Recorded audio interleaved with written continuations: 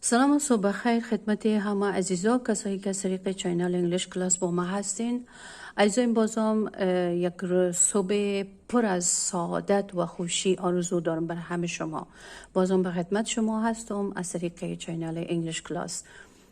دوستا موضوعی که امروز به خدمتتان هستم باز هم کتاب اول و یونت نهم است که خدمتتان تقدیم میکنم و آرزو دارم مورد علاقه شما قرار بگیره و لطف کنین مثل همیشه چینل مرا حمایت کنین تا بتونین از این ویدیوهای من مستفید شین.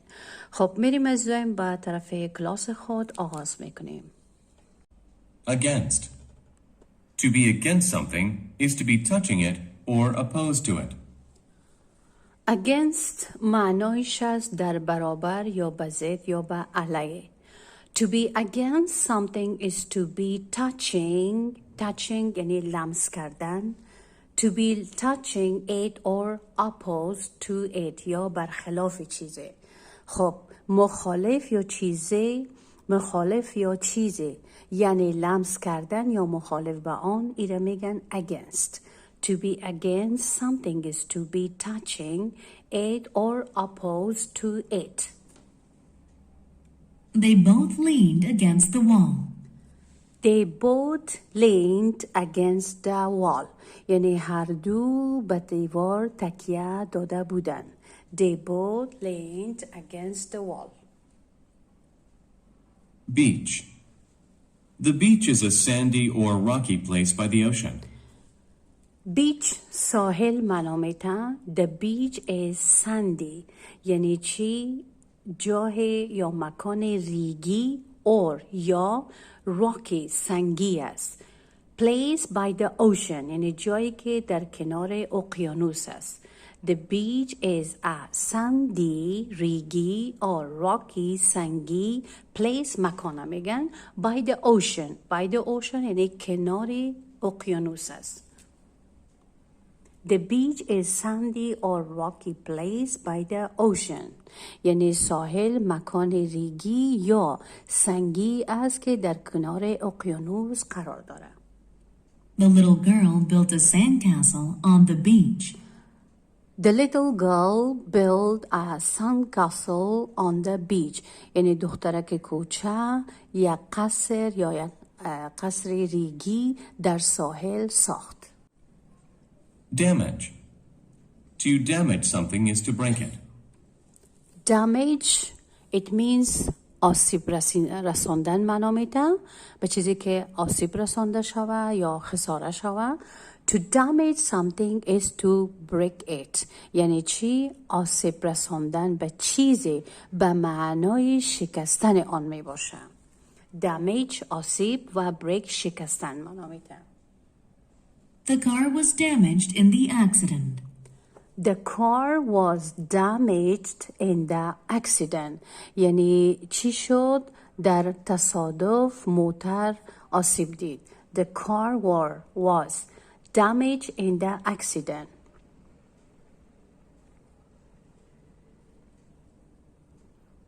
Discover. To discover something is to find it for the first time. Discover معنایش کشف کردن. To get something, to gain something یعنی به دست آوردن چیزی یا کشف کردن چیزی. یا another one in English to find something new یعنی پیدا کردن یک چیز نو. اینا میگن کشف کردن. So to discover something is to find it or for the first time. یعنی چی معنا؟ کشف کردن معنا میده برای کشف چیزی به معنای یافتن آن برای اولین بار می باشه. یعنی چیزی که برای اولین بار شما پیدا کنین او را کشف کنین ایره چی میگن؟ discover. To discover something is to find it for the first time. I discovered some new information in this book.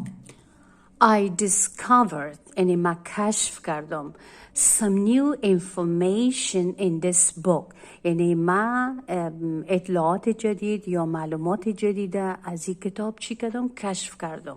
I discovered some new information من کشف کردم یا به دست آوردم اطلاعات جدید یا معلومات جدید in this book دی کتاب.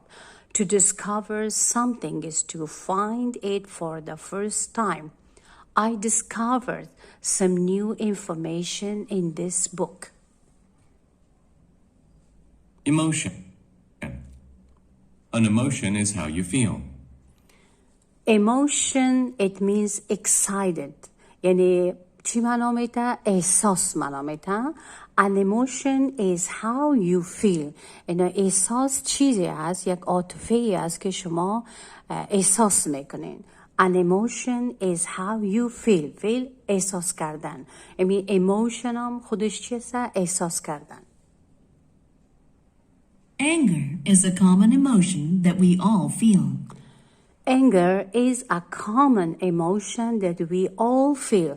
یعنی چی معنا میده؟ خب خشم یک احساس رایج است که همه ما آن را احساس میکنیم. Anger خشم یا قهر معنا میده. Anger is a common عام معنا میده. Okay? Is a common emotion that we all feel. یعنی خشم یک چی است؟ یک احساس رایج است یا عام است که هم ما او را احساس میکنیم. An emotion is how you feel. Anger is a common emotion that we all feel. Fix. To fix something is to make it work. Fix معنایش هست ترمیم کردن یا جور کردن معنا میده. To fix something is to make it work. یعنی جور کردن یک چیزی که به معنایی که او کارآمد باشه و دوباره کار بده. To fix something is to make it work. یعنی چیزی را ترمیم میکنین که دوباره از او کار گرفته شوه و کار بده. My dad has many tools to help him fix broken things. My dad has many tools to help him fix broken things. معنیش چی هست؟ پدرم ابزارهای یا وسایل زیادی داره که به او کمک میکنن چیزهای خراب را تعمیر کنه یا درست کنه. So my dad has many tools. یعنی پدر من اسباب یا وسایل زیادی داره. Tools اسباب و وسایل. To help him که کمکش میکنه fix broken things که چیزهای شکسته را دوباره جور کنه یا ترمیم کنه. If you are frank, you are being very honest. خب فرانک معنایش هست صادق معنا میده. If you are frank اگر راست هستین you are being very honest شما بسیار صادق هستین. If you are frank you are being very honest اگر راست هستین شما بسیار صادق هستین. فرانک راست و صادق معنا میده. The teacher had a frank discussion with her students. The teacher had a frank discussion with her students. یعنی معلم با شاگرداش یا با دانش آموزاش بحث سری صادقانه داشت. The teacher had a frank discussion. Discussion بحث کردن. With her students. Students دانش آموزش. If you are frank, you are being very honest. The teacher had a frank discussion with her students. Identify. To identify something is to be able to name it. Identify معنایش از شناسایی. یعنی شناسایی کردن. Identify To identify something is to be able to name it. یعنی چیزی به این معنا است که بتوانین آن را از روی نامش یعنی بشناسین شناسایی کنین. اینو میگن چی؟ Identify. To identify something is to be able. به چیزی که شما توانایی باشین to name it. یعنی او را نام ببرین. یعنی چیزی را که ببینین او را شناسایی کنین و از او نام ببرین. I used the file to identify his name. I used the file to identify his name. میگم من از فایل برای شناسایی نام او استفاده کردم. I used the file to identify his name. To identify something is to be able to name it. I used the file to identify his name. من از چی استفاده کردم؟ از فایل برای شناسایی نام او استفاده کردم. Island. An island is land in the middle of water. Island معنیش از جزیره. An island is land in the middle of water. یعنی چی است؟ جزیره زمینی است که در وسط آب قرار داره. middle وسط معنا میده. middle وسط. An island is land یعنی جزیره زمینی است in the middle of water یعنی در وسط آب قرار داره. So next one. Japan is a group of islands. ژاپن گروپی از جزایر است. Japan is a group of islands. Ocean. The ocean is all of the salt water that surrounds land. Ocean اقیانوس معنا میده. The ocean is all of the salt water that surrounds land. یعنی اقیانوس تمام آبای شور است. Salt water آبای شور است. That surround land که خشکه را چی کرده؟ احاطه کرده یا زمین احاطه کرده.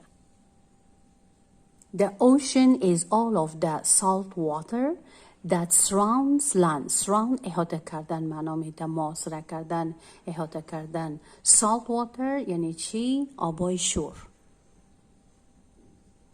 The ocean can make powerful waves. The ocean can make powerful waves. Waves اینجا معنایش از امواج معنا میده. Powerful قدرتمند. خب چه قسم معنا میشه؟ اقیانوس یعنی میتونه امواج قدرتمند را ایجاد کنه.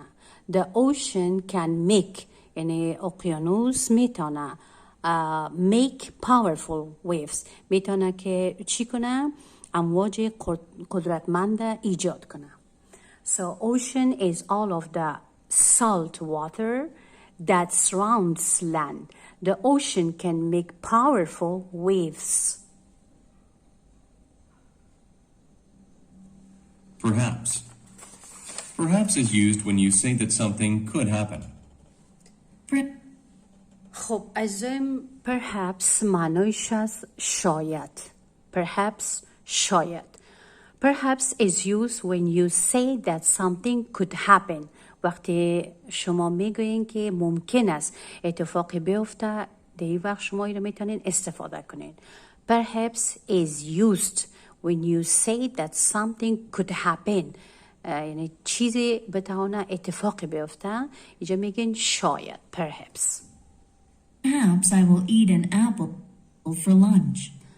Perhaps I will eat an apple for lunch. میگه شاید برای نهارم یک سیب نوش جان کنم.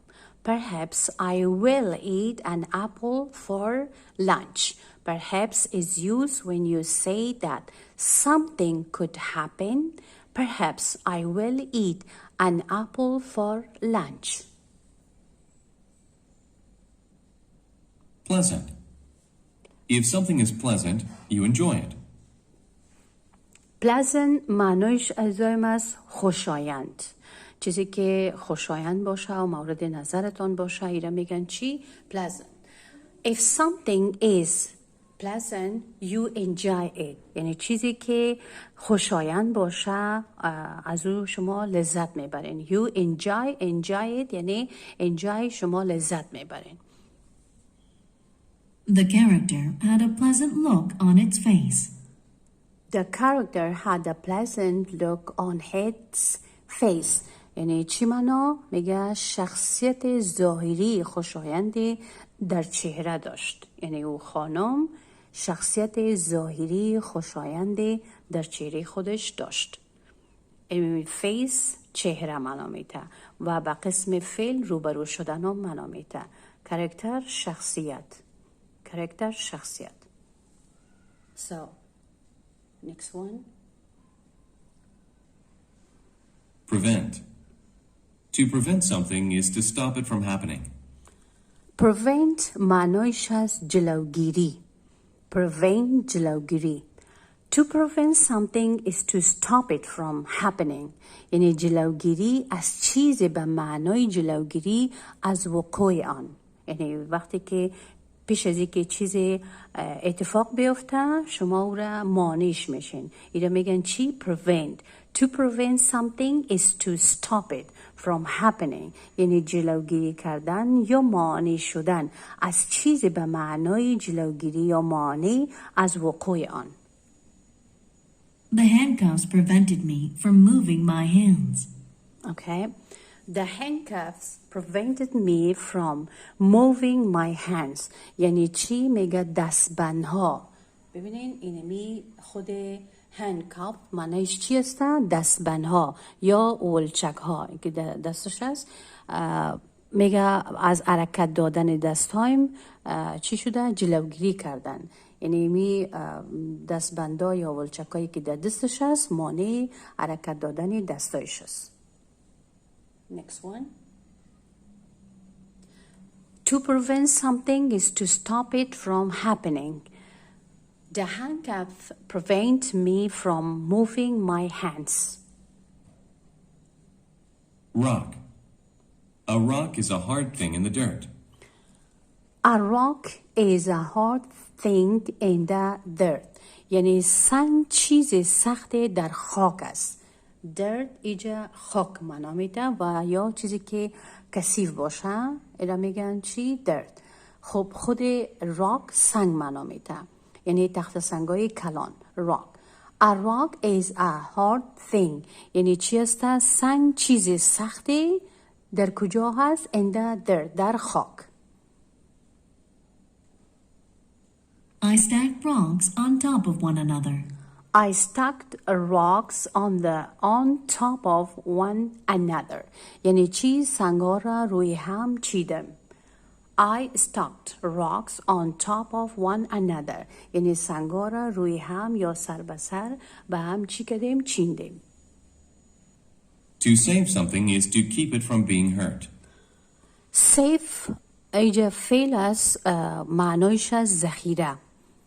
To save something is to keep it from being hurt. یعنی چی؟ پس انداز کردن چیزی به معنای جلوگیری از آسیب دیدن او می باشه.